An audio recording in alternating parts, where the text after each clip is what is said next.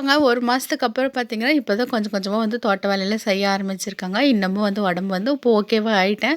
ஆனா, எனக்கு கொஞ்சம் வந்து சரியில்லங்க. சரி எதுக்கும் ட்ரை பண்ணி பார்க்கலாம். மறுக்க எதாவது பிரச்சனைனா டாக்டர்ட்ட போய்க்கலாம் அப்படின்னு சொல்லிட்டு தான் வந்து பண்ணிட்டுருக்கேனுங்க. இப்போ வந்து பார்த்தீங்கன்னா, செடிக்கெல்லாம் வந்து சரியா மெயின்டென்லாம் பண்ணாம விட்டதுனாலே நெறைய களச்செடி மொளச்சு போச்சுங்க. பில்லெல்லாம் மொளச்சிருச்சு. அதுக்கப்புறம் கீரை செடி, புதினா செடி எல்லாமே காய ஆரம்பிச்சிருச்சுங்க. தண்ணி வந்து சரியா விடலங்க. அப்பப்போ என் ஹஸ்பண்ட் வந்து தண்ணி விட்டாப்படியே நான் அவருக்கும் தோட்ட வேலை இருக்குல்லங்க. சரி இது போனா கூட மறுபடியும் பண்ணிக்கலாம் அப்படின்ட்டு. காலமும் நேரமும் யாருக்காகவும் காத்திருக்கிறது இல்லங்க. நடக்கிறது நடந்துட்டு தான் இருக்குன்னு சொல்லிட்டு நம்மளும் வந்து அதை நோக்கி வந்து முன்னேற ஆரம்பிச்சுட்டோம். வலி இருந்தா அது ஒரு பக்கம் இருக்கட்டும். வலிக்குதே வலிக்குதுன்னு படுத்துக்கிட்டே இருந்தோம்னாலும், நம்மளோட இது அதே சோம்பேறித்தனத்துக்கு பழகிக்கும் அப்படின்னு சொல்லிட்டு தான் கொஞ்சம் கொஞ்சமா வேலை செய்ய ஆரம்பிக்கலான்னு வேலை செய்ய ஆரம்பிச்சுட்டேனுங்க. நைட்டுக்கு வந்து பாப்பா வந்து ஃப்ரைட் ரைஸ் வேணும்னு இருந்தாங்கன்னு சொல்லிட்டு, சரி அவங்களுக்காக தான் ஃப்ரைட் ரைஸ் நைட்டுக்கு எல்லாருமே சாப்பிட்டுக்கலான்னு செஞ்சுட்டேங்க.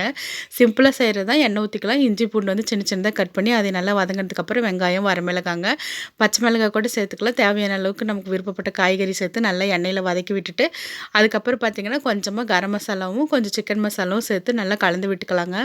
முட்டை வந்து பார்த்தீங்கன்னா, 4 முட்டை வந்து உடைச்சு ஊத்தியிருக்கிறேனுங்க. ஒரு 2 டம்ளர் சாப்பாட்டுக்கு 4 முட்டை ஊத்தியிருக்கிறேனுங்க. அதுக்கப்புறம் வந்து பார்த்தீங்கன்னா, அப்படியே வந்து லைட்டா ஒரு பெரட்டு பெரட்டி விட்டுட்டு, மிளகுத்தூள் போட்டு பெரட்டிட்டு, அதுக்கப்புறம் முட்டைக்கோஸ் சேர்த்துக்கலாங்க. முட்டைக்கோஸ் சேர்த்து நல்லா வதக்கி விட்டுட்டு, அதுக்கப்புறம் சாதம் சேர்த்துக்கலாம். கொஞ்சம் சர்க்கரை, கொஞ்சோண்டு வந்து மிளகுத்தூள் சேர்த்துக்கலாங்க. நான் வந்து சாஸ் சேர்த்தாதனால சர்க்கரை சேர்த்துருக்கேங்க. நீங்க சாஸ் சேர்த்துக்கிற மாரி இருந்துச்சுன்னா, சர்க்கரை வேண்டாங்க. அதுக்கப்புறம் சாதத்த வந்து கிளறி விட்டுட்டு, முட்டை சாதம் நமக்கு ரெடி ஆயிடுச்சு.